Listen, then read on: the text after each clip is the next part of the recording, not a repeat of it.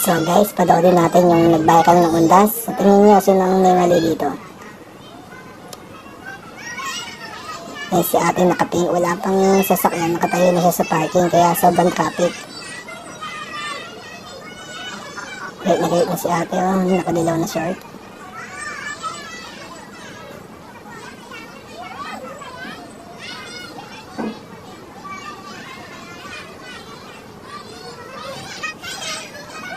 Ang dami na nanonood eh. Ang binibidyohan niya na.